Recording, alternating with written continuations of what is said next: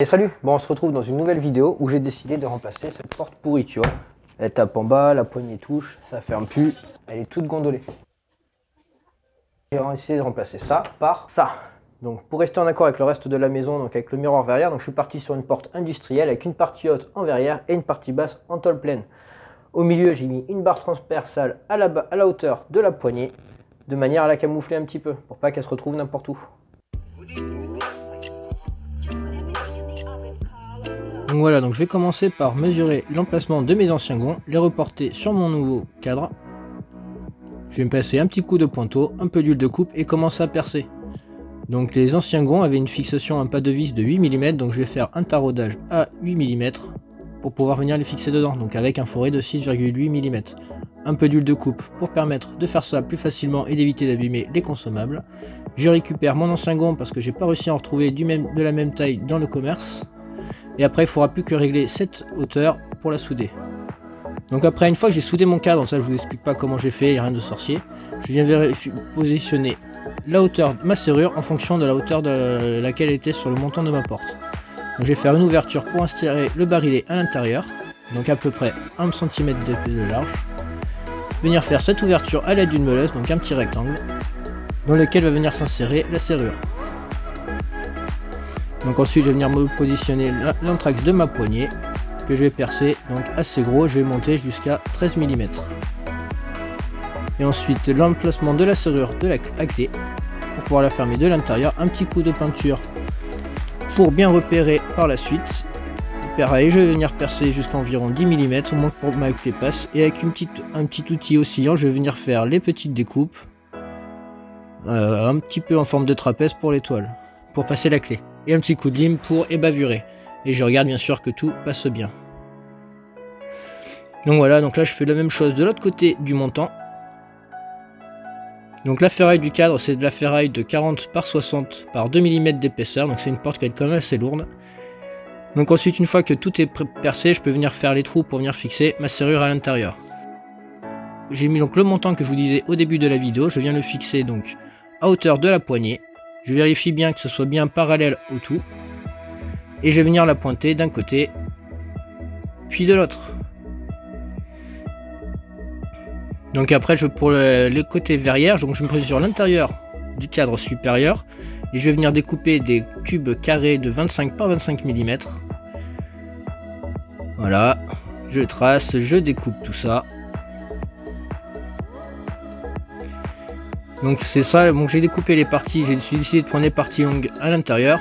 Et pour mettre les petits tubes à l'intérieur, donc je cale mes deux tubes sur un côté, je mesure l'espace qui reste, je divise ça en 3, et comme ça je me retrouve parfaitement bien. Ensuite je peux venir tout caler avec des serre-joints, donc je commence par mettre mes deux barres les plus longues. Je mesure l'emplacement du reste pour que tout soit symétrique, parallèle, et que les vitres fassent la même taille. Donc je cale tout bien avec des serre-joints, bien sûr. Je vérifie à l'œil que tout soit bien positionné, parce que des fois un petit millimètre on ne le verra pas, mais ça peut tout faire vilain d'un coup. Et je vais venir pointer et souder tout ça partout sur le cadre de ma porte.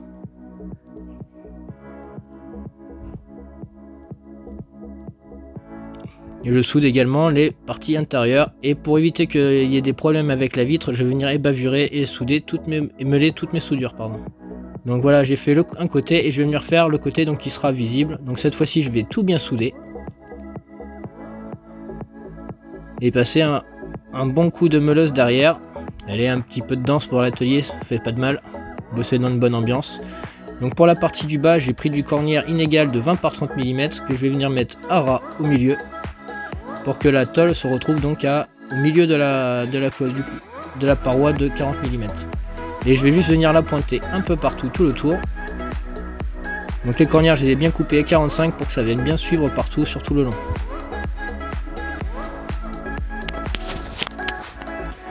Un petit coup de meuleuse pour finir. Donc la partie basse de la porte, j'ai déjà mis une tôle. Donc là c'est de la tôle de 1 mm d'épaisseur. Donc je mesure la partie intérieure de la porte. Je trace tout ça et je n'ai plus qu'à découper. Donc tu vois, avec mon établi, je te mets un petit lien en haut, la fabrication de mon établi qui me permet de découper à travers les chevrons. Et pour éviter de me couper par la suite, bien sûr, avec un disque à lamelles, je viens ébavurer tous les bords. Pour qu'il se cale bien, je viens caler cette tôle sur 2 morceaux de ferraille pour qu'elle vienne s'incruster, tu vois, parfaitement à l'intérieur du châssis.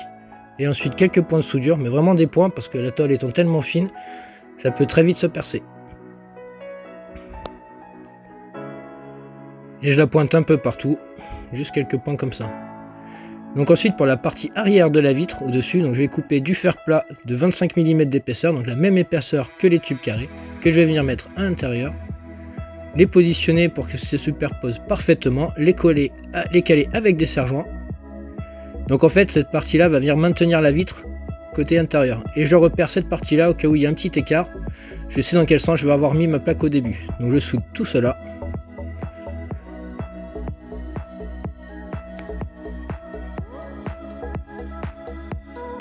Et bien sûr, j'y passe un coup de disque à lamelle par la suite pour ébavurer toutes les soudures.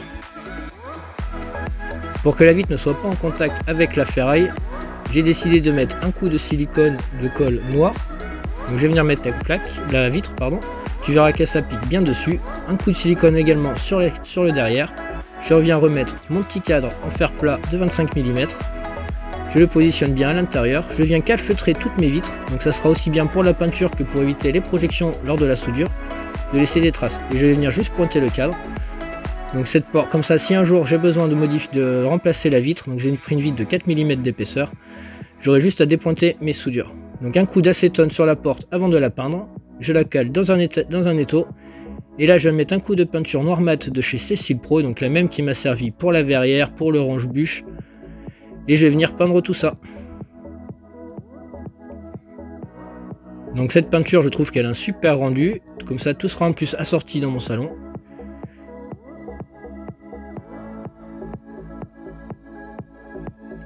Et on arrive ensuite le moment de la poignée. Donc j'avais pas vu, je vous ai pas expliqué tout à l'heure. Donc la poignée, il y a une vis en plus à rajouter. Donc j'ai dû faire un trou en plus pour éviter que la poignée tourne parce que j'ai pris un modèle à ressort. Donc la poignée remonte toute seule. Voilà, donc si tu veux une vidéo exclusivement réservée à l'incrustation d'une serrure, je te mets un lien juste en haut. Donc ensuite il ne reste plus qu'à mettre la porte en place. Donc forcément il y a un petit jour entre le montant et la porte.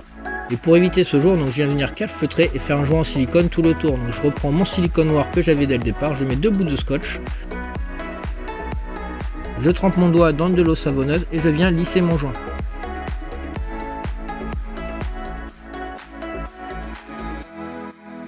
Pour éviter que la porte fasse un bruit de ferraille lorsqu'on va la fermer, j'ai mis des petites tamponnettes sur les cadrans de la porte, sur le montant. Comme ça, voilà. Donc on voit désormais que cette porte ferme parfaitement bien et qu'elle donne un super rendu industriel. Bon, on a changé également la couleur des peintures des portes d'à côté, des cadres, ce qui fait que ça rend un résultat époustouflant. Bon, en tout cas, j'espère que cette vidéo t'aura plu. En tout cas, n'hésite pas à t'abonner et activer la cloche de notification pour ne pas rater les prochaines vidéos. Allez, à bientôt!